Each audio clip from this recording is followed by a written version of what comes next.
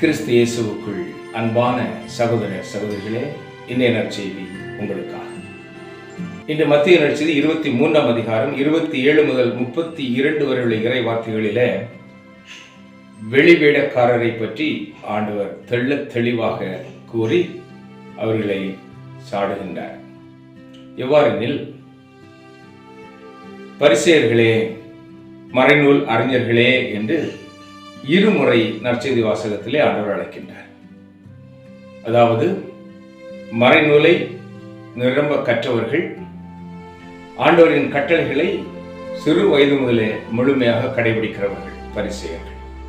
இருவரையும் பார்த்து ஆண்டவர் கூறுகிறார், வெள்ளையடிக்கப்பட்ட கல்லறைகளே, அதாவது கல்லறை வெளியே அழகாகவும் பளிங்கு கற்களால் அலங்கரிக்கப்பட்டிருக்கும், உள்ளேயோ புழுக்களும் இறந்த உடலின் அழுகிய நாற்றமும் இருப்பது போல நீங்கள் வெளியே பரிசுத்தத்தை காட்டுகிறீர்கள், உள்ளேயோ இறைவனுக்கு ஒவ்வாத அத்தனை பாவங்களும் அழுக்குகளும் உங்கள் உள்ளத்தில் நிறைந்து கிடக்கின்ற மக்களை ஏமாற்றுகிறவர்களாய் இருக்கிறீர்கள் என்று சொல்லுகிறார்.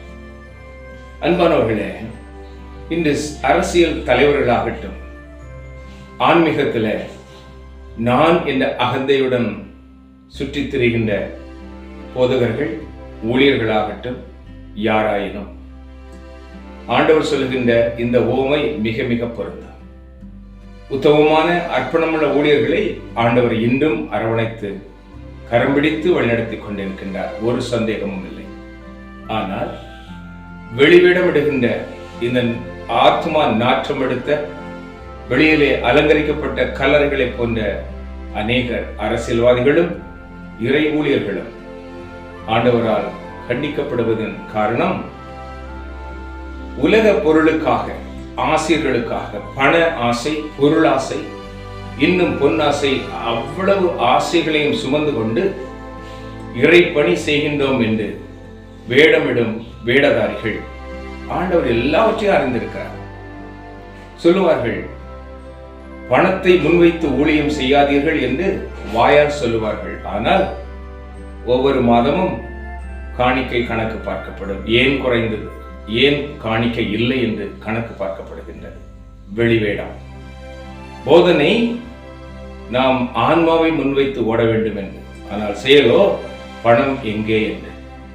இந்த அநேக போலி ஊழியர்கள் தசம பாகத்திற்காகவும் போலி வாக்குறுதிகளை கொடுத்தும் மக்களை வஞ்சித்து பணத்திற்காக இயேசுவின் நாமத்தை விற்கின்ற கள்ள வியாபாரிகள் எல்லா இடங்களிலும் சுற்றித் திரிகின்றனர்.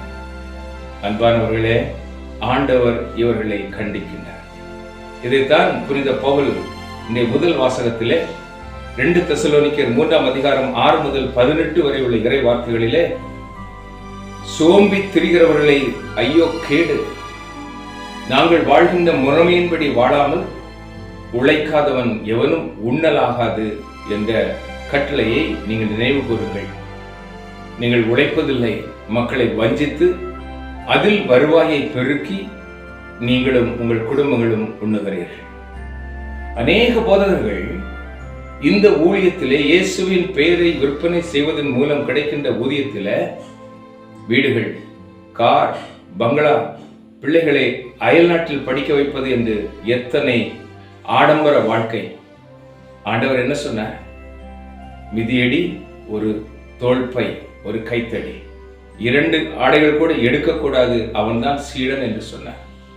இன்று யார் அப்படி இருக்கிறார்கள்? எனவே தான் ஆண்டவர் சொல்லுகிறார், போலி மறைநூல் அறிஞர்களே, பரிசேயர்களே, நீங்கள் படித்தன, சட்டங்களை கடைபிடித்தன, நீங்கள் இன்னும் அழுக்காக, உள்ளம் மனம் மாறாதவர்களாக இருக்கிறீர்கள், மனம் மாறுங்கள் என்று கட்டளை கொடுக்கின்றார். எனவே அன்பு இறை மக்களே, ஆண்டுடைய வார்த்தையின் அடிப்படையில் யார் ஊழியன், யார் போலி, யார் உண்மையிலே கிறிஸ்தவ சீடன், யார் வெளிவேடக்காரன், யார் உண்மையான முகத்தோடு ஊழியம் செய்கிறான், யார் முகமூடி அணிந்து ஊழியம் செய்கிறார் என்பதை ஜெபத்திலே, ஆவியிலே, இறை வார்த்தையிலே கண்டறிந்து அவர்களை பின்பற்றுங்கள். அந்த ஊழியங்களை தாங்குங்கள். இறைவன் உங்களோடு இருப்பார். ஜெபிப்போமா. எங்கள் பரலோக தகப்பனே, இறைமகன் இயேசு வழியாக எங்களுக்கு கற்றுத்தரும் பாடங்கள் அநேகம்.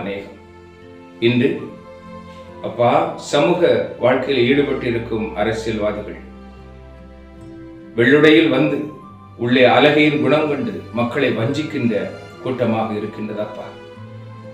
ஆன்மீகம் என்று சொல்லி இறைவனின் பெயரை வைத்து தங்களது சுய லாபத்தை, தங்களது உலக செல்வத்தை பெருக்குகின்ற வெளிவிடக்கார ஊழியர்களை, இறைவனின் அடியார்கள் என்று சொல்லிக்கொண்டு உலகத்தின் அடிமையாய் வாழ்பவர்களை நீர் எச்சரிக்கிறீர், எங்களுக்கும் கற்றுத்தருகிறீர்.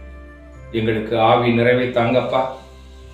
இறை ஞானத்தோடு வாழவும், உண்மையான ஊழியர்களை நாங்கள் அனுசரிக்கவும், அவர்கள் ஊழியங்களை தாங்கவும், நாங்களும் மெய்யுணர்வோடு வாழவும், இறைவா உமக்காய் உழைக்கவும் எங்களை வழிநடத்தும். அன்னையே பரிசுத்த மாமரியே, இதோ உமது அடிமையின் எல்லாவற்றையும் இழந்து ஆண்டவரின் திட்டத்தை மேற்கொண்ட தாயே, எங்களுக்காக பரிந்து பேசும். இறை இயேசுவின் நாமத்தில் ஜெபிக்கிறோம் நல்ல பிதாவே, ஆமென். அன்பானவர்களே, அழைக்கின்றவர் இயேசு. தந்தையாம் கடவுளின் திருவுளம் நிறைவேற ஒப்புக் கொடுப்போம். முகமூடிகளை அகற்றுங்கள். ஆண்டவர் நம்மை ஆசீர்வதிப்பார். இந்த நாளும் இனிய நாளாகட்டும். ஆமென்.